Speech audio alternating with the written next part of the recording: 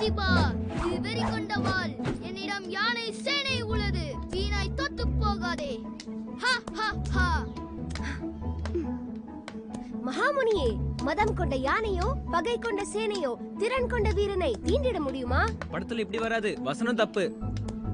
இல்லையே, நான் சரியாத்தான் சொல்றேன். நாடோடி வேந்தன் மொத்த வசனமும் எனக்கு அத்துப்படி.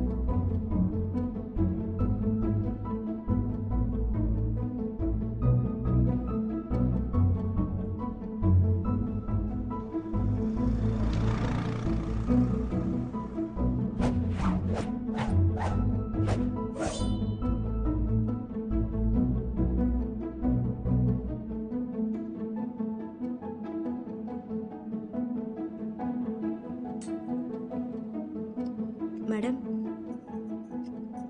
எனக்கு ஸ்ட்ராபெரி ஐஸ்கிரீம் பிடிக்கும்னு உங்களுக்கு எப்படி தெரியும்? ஐயா தான் கொடுக்க சொன்னாரு. நான் நுழைந்தது ஏதோ ஒரு மாய உலகம் மாதிரி இருந்தது. ஒரு விஷயத்தையும் தவற விடல. வேடிக்கை என்னன்னா, சின்ன விஷயம்தான் பெரிய பாதிப்பை தரும். ஓகே.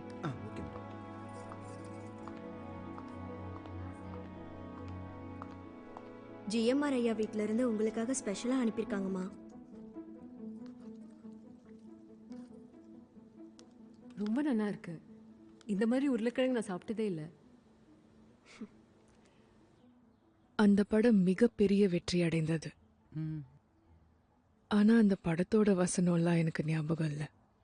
எது நல்லா ஞாபகம் இருக்குன்னா, தினமும் அடுத்த 20 நாளைக்கு அங்க ஷூட்டிங் இருந்தா என் தட்டுக்கு உருளைக்கிழங்கு கறி காலையிலையோ மத்தியானமோ இல்ல டின்னருக்கோ வந்திருக்கும். வெறுத்து போச்சா தினமும் அதே சாப்பிட்டு? தினமும் ஒருத்தர் என்னை பத்தி நினைக்கிறது எப்படி வெறுத்து போகும்? இந்த இடத்துல இந்த வசனம் தவிர 3-4 வசனம் எழுதி என்னாச்சு?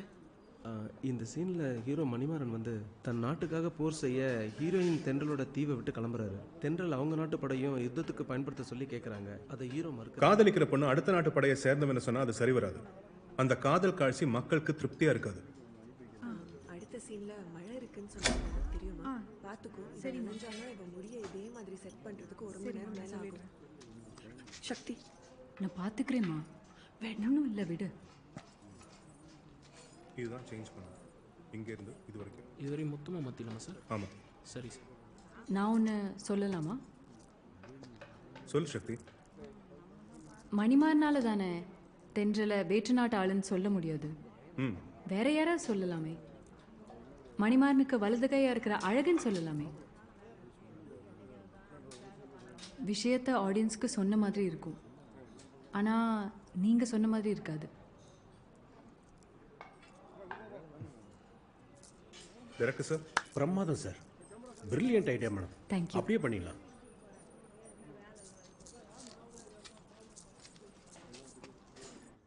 ரொம்ப நாளைக்கு அப்புறம் முதல் தடவையா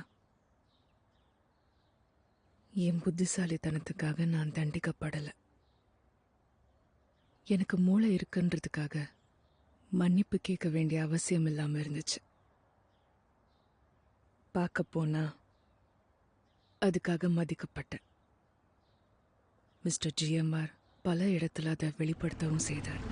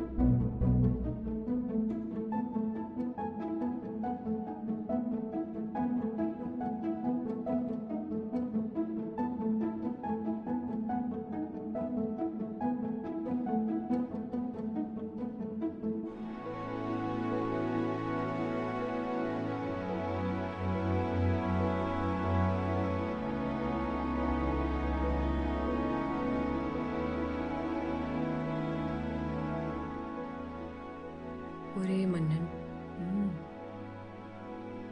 சிறுமலை சாரல் தொடுமோ கொடுமணலை, பனிமலை தூரல் தொடுமோ கடுங்கனலை, நிறைமதியின் திகழ்வொலி தாங்குமோ என் சிறுகுடில், அலைக்கடலின் பெரும்புயல் தாங்குமோ என் கொடிமடல். உலகிற்கு ஒளியூட்டும் சூரியன் திரையிலிருந்து வெளியே வந்தது.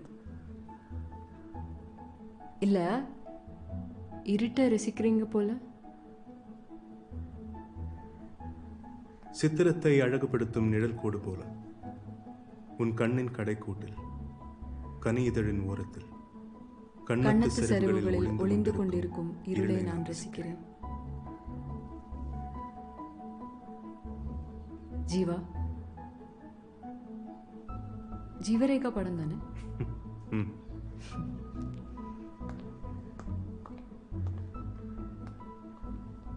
சக்தி, ஏன் உன்னை வர சொன்னேன்னு தெரியுமா?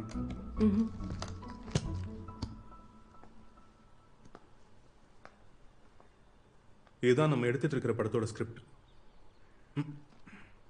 வழக்கமா இது ஹீரோயின்ஸுக்கு கொடுக்கறது கிடையாது. ஆனா நீ படிச்சுட்டு மனசுல பட்டதை சொல்லு.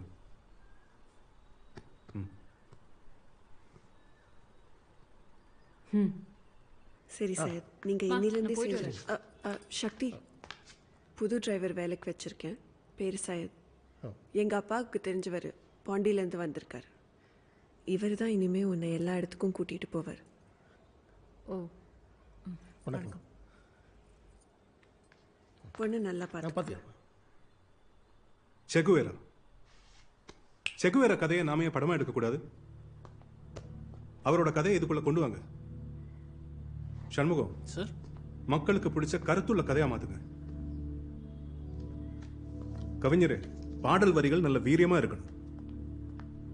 சக்தி வா.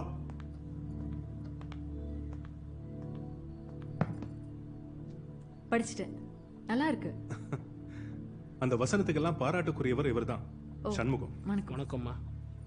நல்லா இருக்கு. கிளைமேக்ஸ்ல அந்த ராஜா கேரக்டர் அவரோட மகுடத்தை உங்களுக்கு சூட்டி உங்களை ராஜாவாக்கிடுறாரு. ஆமா, நான் சொன்னல சார், மக்களுக்கு இந்த சீன் பிடிக்கும்னு. இல்ல, அதுதான் கொஞ்சம் இடிக்குது.